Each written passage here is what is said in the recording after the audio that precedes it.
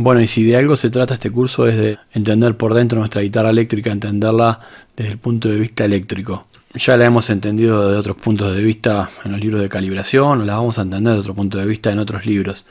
Pero este libro se trata justamente de eso. Hay un video al final en el apéndice 1 sobre inductancia, resistencia y capacitancia, donde doy mucha información también sobre este tema. Básicamente que es el de entender cómo funciona la guitarra. Y en este video yo rápidamente también quería introducirlos a ese tema, ¿no? ¿Qué es lo que pasa en el fenómeno del instrumento? Vamos a hacerlo rápidamente y entenderlo. Primero de una forma bastante gráfica y después de una forma un poquito más teórica eléctrica. Nosotros tenemos que por arriba de nuestros micrófonos van a pasar las cuerdas. Vamos a tener un puente de un lado, ¿sí?, donde las cuerdas se agarran. Y bueno, de este lado tenemos el brazo. Nosotros, si le pegamos a la cuerda, sabemos que acá la cuerda se mueve bastante más, ¿sí?, de lo que se mueve acá. Eso, análogamente, es captado por el micrófono. De hecho, bueno, el micrófono del puente últimamente se bobina bastante más que el micrófono del brazo, justamente para generar un voltaje de salida análogo mayor. ¿Por qué? Porque el movimiento de la cuerda acá es menor que acá. Entonces, lo que intentamos es compensarlo con un micrófono que tenga más bobinado, variar menos el campo magnético en este sector de acá, justamente porque la cuerda se mueve menos y el campo magnético varía menos. Entonces el voltaje que se induce en el bobinado es menor. Si el bobinado es mayor, compensa justamente eso y a la salida tenemos una cantidad de voltaje más equilibrado. Un voltaje que puede variar, lo que puede andar entre los 100 y los 500 milivoltios según el tipo de micrófono. El micrófono en sí, como lo dije en el apéndice 1, es una bobina, ¿sí?, pero que esa bobina tiene una resistencia y tiene una capacitancia también. Lo más común, el dato más común que nosotros vemos son los famosos K del micrófono, que es la cantidad de vueltas de cobre que tiene, que si lo alargamos, ese cobre nos da una cantidad de metros bárbaro, y entonces es una resistencia muy grande. Generalmente las resistencias andan en el entorno de los 5K, para un micrófono simple, que puede andar hasta los 10K, y en el caso de un micrófono doble puede andar desde los 6K o 7K hasta los 20 o más. ¿Qué pasa con eso? Vamos a llevarlo ahora a lo eléctrico. ¿Qué pasa con la guitarra y qué pasa con la señal en la guitarra? Supongamos que tenemos un micrófono simple, para hacerlo más sencillo. Acá tenemos un positivo y acá tenemos un negativo, pero que no quiere decir que vamos a tener un voltaje negativo y un voltaje positivo. Esto simplemente nos indica la fase, es decir, cómo arranca la señal y cómo termina la señal en voltaje, ¿sí? Supongamos que esto es una gráfica, esto es el tiempo y esto es un voltaje, y en milivolts, y esto es un voltaje en milivolts pico, ¿sí?, menos y más. La señal hace una excursión entre una parte positiva y una negativa. Según cómo esté esta fase, si nosotros la invertimos, lo que va a pasar es el fenómeno inverso, que sería este siguiente, ¿sí? O sea, traté de imitar más o menos el dibujo. Tenemos un ataque y una caída. Pero, como ven, la señal está desfasada a 180 grados. Si ponemos dos micrófonos desfasados a 180 grados, justamente lo que pasa es que las señales tienden a anularse y el sonido tiende a ser hueco. Bueno, ese es un fenómeno que estudiamos en la parte de fase de este curso. ¿Cómo entonces la señal sigue recorriendo la guitarra? ¿Qué pasa? La señal la tenemos acá. Siempre la tenemos entre el positivo y el negativo. Nosotros lo que vemos viajar es el positivo, es decir, del micrófono nos vamos a una llave selectora, donde ahí ya vienen otros micrófonos, ¿sí? Supongamos que este es el del brazo.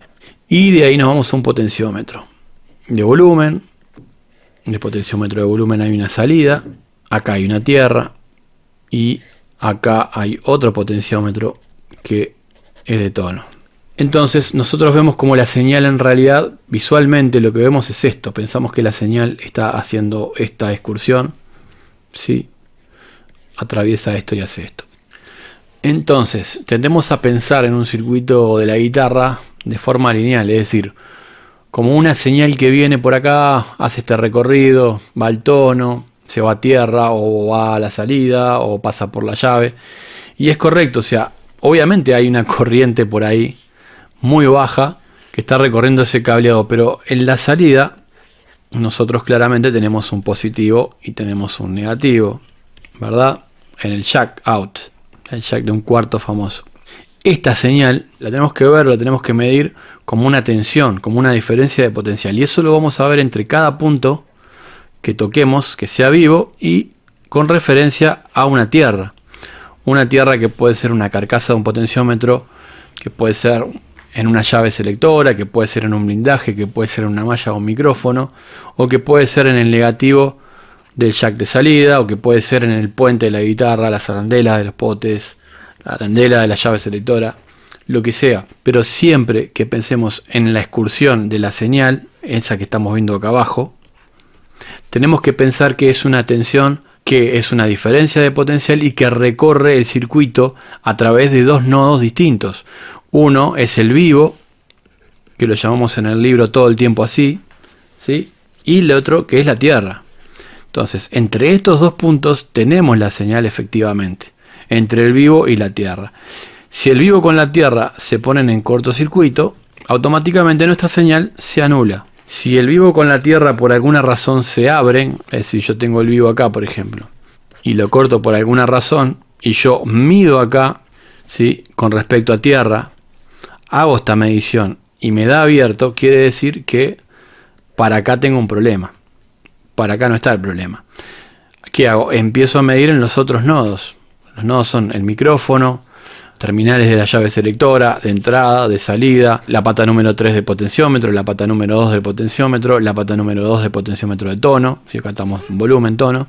Todos esos son nodos donde nosotros con respecto a tierra, siempre con respecto a tierra, podemos medir una resistencia y podemos medir también una señal si le inducimos un cambio en el campo magnético a la guitarra.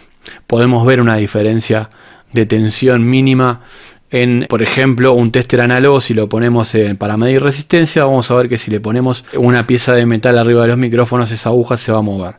Ese movimiento es nada más y nada menos que un voltaje que se está induciendo, que nosotros estamos induciendo con una pinza. Lo mismo a pegarle a las cuerdas. Si nosotros ponemos a la salida el tester digital, vamos a tener un voltaje. Cuando nosotros le demos a las cuerdas, vamos a poder leer un voltaje momentáneamente. Entonces, ese voltaje siempre se debe medir entre un nodo cualquiera a elección y la tierra. La tierra puede ser cualquiera, porque toda la tierra debería estar en cortocircuito. Esta de acá, la de la llave, la de los potes, la de las carcasas, la del jack, todo eso está todo entre sí en cortocircuito. La tierra es una sola y todas están corto. Los vivos no. Los vivos justamente nos sirven para desviar la señal de un lado a otro. Con la llave la desviamos de un micrófono, el que elijamos, hacia el potenciómetro. Con el potenciómetro variamos o no el nivel de señal que queremos tener en la salida. Y con el potenciómetro de tono, mediante una frecuencia fijada de resonancia por el capacitor, lo que tenemos es una resta de frecuencias agudas en la señal. Entonces tenemos que entender la guitarra eléctrica y el circuito de la guitarra eléctrica de esa manera. De esa manera nos vamos a dar cuenta cómo medirlo también. Algo que vamos a ver en las mediciones en serie y en paralelo. Que es una medición en serie, que es una medición en paralelo en un circuito de una guitarra. Algo fundamental para poder entender justamente lo que es por dentro y cómo funciona, cómo pasa esto de tener una tensión en un micrófono y cómo llega a la salida, ¿sí?, a partir de un movimiento que realizan las cuerdas sobre esos micrófonos. Esto lo vamos a ver a lo largo de todo el curso y a lo largo de todos los videos que están adentro del libro del curso, y también lo vamos a estudiar muy a fondo si deciden comprar el pack de videos. En el pack de videos, donde vamos a estudiar varias guitarras distintas y de distintos enfoques, algunas con algunos problemas ya y vamos a solucionarlos, otras simplemente para hacer mediciones de todo tipo y para poder entender cómo funciona la parte eléctrica de una guitarra que justamente es eléctrica por algo. Espero que disfruten este curso. Este es un primer video introductorio para entender cómo funciona y cómo se reparte la señal a lo largo de un circuito de una guitarra.